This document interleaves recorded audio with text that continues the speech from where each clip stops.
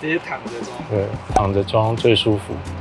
它的天窗啊没有对齐，不知道是不是瑕疵品。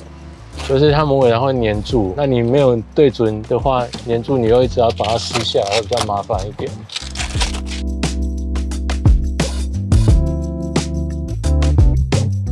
当然到，就到了卡特王忙什么时间？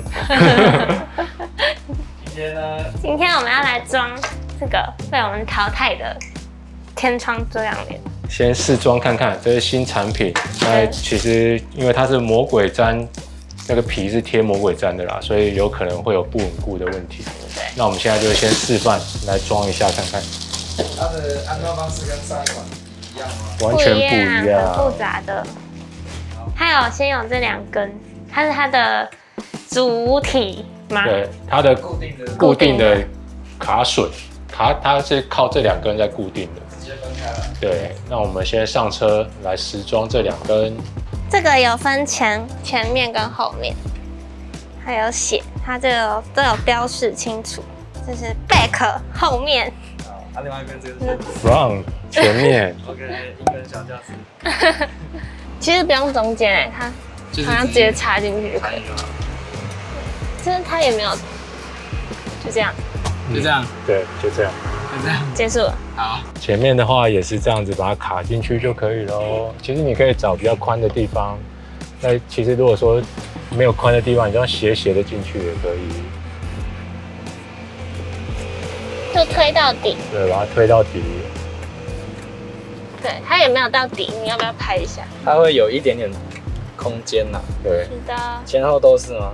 对，等于它这架构就是这个样子。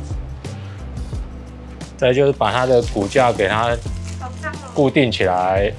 它骨架长这样，跟上一代是一样的。只是它骨架是藏在里面的，所以比较不会有看到折痕。然后它这个就是螺丝把它锁起来。对，它会附一个工具包，小螺丝。这个备品，然后它会附这个隔音棉。隔音棉就是可以替换的。对，这边隔音棉可以替换。附了蛮多个，然后还有4个小螺丝，4个迷你螺丝，然后就把那个最小的那一颗，其实跟上一代蛮像的，只是它的那个固定的铁片变小了。这样螺丝把它锁进去。两边的那个。对，我们另外一边也把它锁起来。看，就是这么简单轻松。那我们这个就是先让它进去。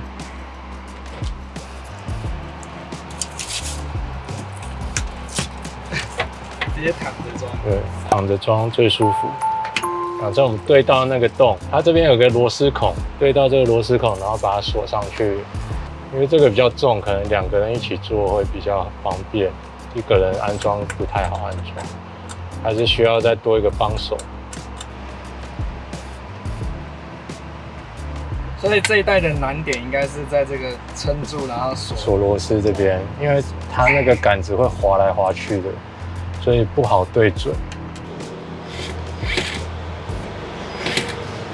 这样才不会弄脏你的内装啊，然后也不会弄脏，因为它这个灰色的地方，如果手脏脏比较容易会卡脏污。是的。然后它后面一样有写这种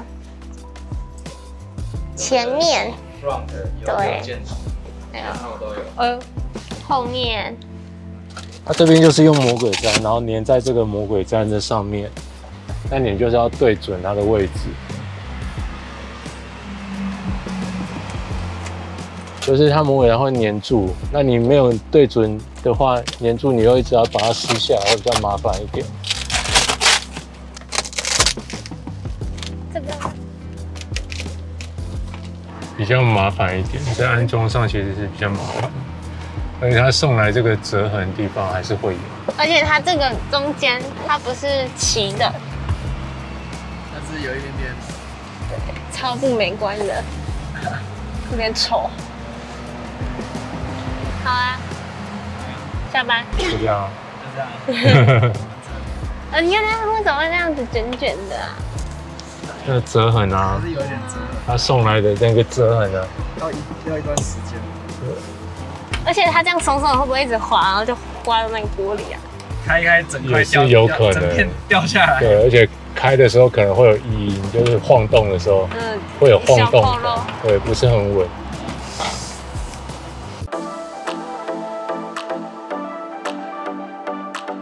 工商服务时间，请各位特斯拉的车友们在 Q3这一季前赶快下单我们的早鸟大礼包活动，然后只要花19999元加1元就可以获得我们滤网免费更换，还有我们的挡泥板免费的安装服务，所以请大家迅速下单。我们的活动办法在下方的资讯栏，大家可以去 YouTube 下面看看。那就这样，拜拜。等你来。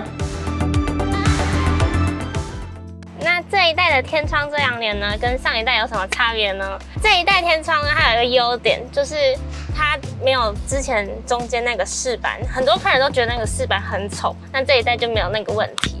然后它也比较不会刮伤我们的内装，这有之前我们装上一代遮阳帘的划痕，那这一代就不会有这个问题，因为上一代是固定的，它是硬顶的。那这代的话，它是软软，它是可以折的，就是最后才贴上去，用魔鬼毡的方式。它的缺点呢，有很多缺点。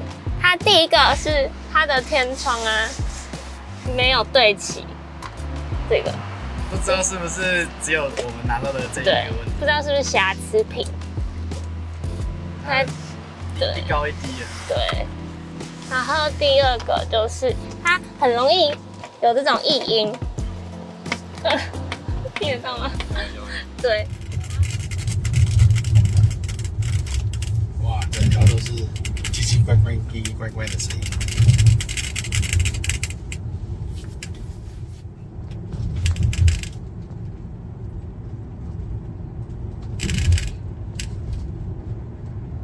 它比较没有那么扎实的感觉，就是这样松松啷啷的感觉。